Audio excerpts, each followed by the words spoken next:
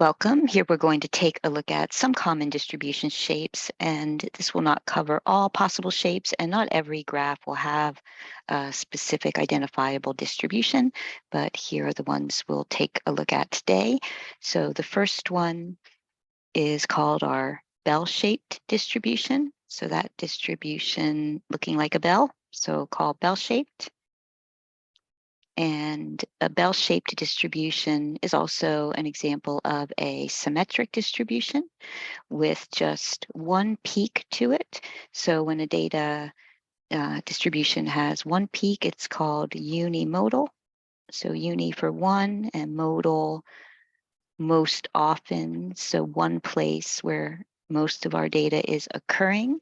And I just threw in an example here. So if I told you that the average number of calories in Chester's churros is 300 and the distribution is bell-shaped, so that would tell me that most of the time, the middle there of that graph would represent the average of this population of churros. So my x-axis here, if I'm looking at churro calories, and I bought a Chester's churro, then most of the time I would expect to get a churro with about 300 calories. So those happen the most. And there's some deviation away from that, but you're not going to get a churro very likely with way more or way less calories. So the further we go from the average, the less likely it is that we're going to find data. So that's the idea of a bell-shaped distribution, and we'll study these quite a bit later in the semester. All right, I'm going to go to the one below it. So this distribution, rather than having one peak, it has two places where we're seeing distinct peaks. So that distribution is called bimodal. So bi for two, and then modal. And these two peaks don't have to be at the exact same height. We're just looking for two places where we're seeing it kind of jumping out at us as having a peak.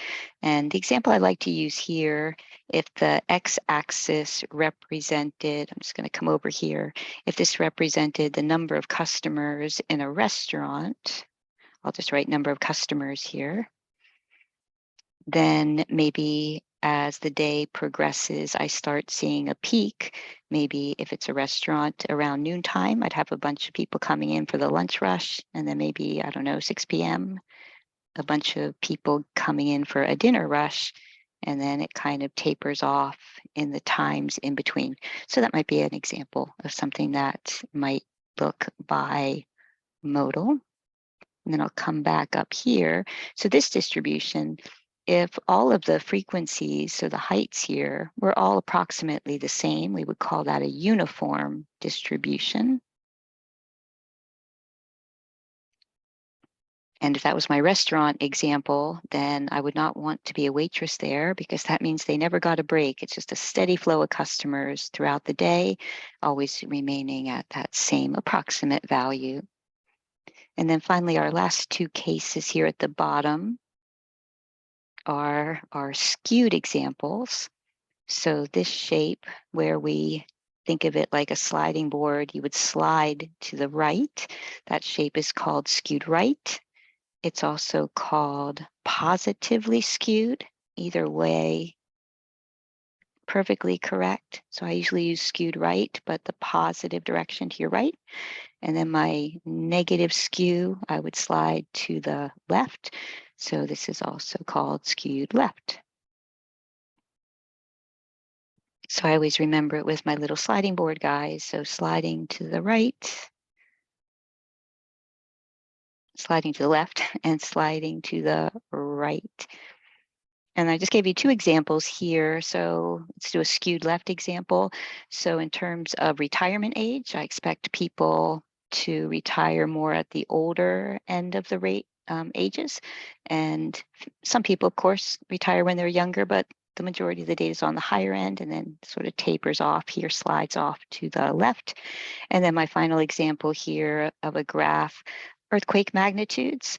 And this one is skewed to the right, thank goodness, because that means most earthquakes are down here at low magnitudes.